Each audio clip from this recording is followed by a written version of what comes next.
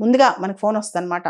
మేము సిబిఐ నుంచి మాట్లాడుతున్నాం, ఎన్ఫోర్స్మెంట్ డైరెక్టరేట్ నుంచి మాట్లాడుతున్నాం, ఢిల్లీ పోలీస్ నుంచి మాట్లాడుతున్నాం, లేదా ట్రాయ్ నుంచి మాట్లాడుతున్నాం. ఇలా మనకి ఫోన్ కాల్ వస్తుందన్నమాట. ఆ ఫోన్ కాల్ వచ్చిన తర్వాత మీకు సంబంధించిన ఆధార్ కార్డో, మీకు సంబంధించిన పాన్ కార్డో, మీకు సంబంధించిన ఏదైనా ఇల్లీగల్ యాక్టివిటీలో బుక్ అయిపోయింది, మీకు సంబంధించి చాలా ఇల్లీగల్ యాక్టివిటీస్ జరుగుతున్నాయి, మీ పైన కేసు నమోదు అవుతుంది, ఇంత డబ్బులు కట్టాలని చెప్పి మనల్ని బెదిరిస్తారు. డిజిటల్ అరెస్ట్ చేస్తాం, ఇమీడియట్గా మీరు ఇంత డబ్బు చెల్లించాలి, ఇమీడియట్గా మీ డీటెయిల్స్ పంపండి, ఇమీడియట్గా బ్యాంక్ డీటెయిల్స్ పంపండి, ఇలా కాల్ వస్తుంది అనమాట. మనం నిజమే నమ్మేసి భయపడిపోతాం. చాలా వరకు ఏజ్డ్ పీపుల్ ఎవరైతే ఉన్నారో వాళ్ళు జాగ్రత్తగా, పెన్షనర్స్ ఎవరైతే ఉన్నారో వాళ్ళు దాచిపెట్టిన డబ్బులన్నీ కూడా ఇలా పంపించేస్తున్నారు అనమాట. అది కూడా చాలా మంది చదువుకున్న వాళ్ళు కూడా ఇలా గవర్నమెంట్ ఏజెన్సీస్ మనకు ఫోన్ చేసి డబ్బులు అడగవు, డిజిటల్ అరెస్ట్ అనే కాన్సెప్టే మన దగ్గర లేదు అని తెలిసి కూడా నమ్మేస్తారు, అంత భయపడిపోతారనమాట.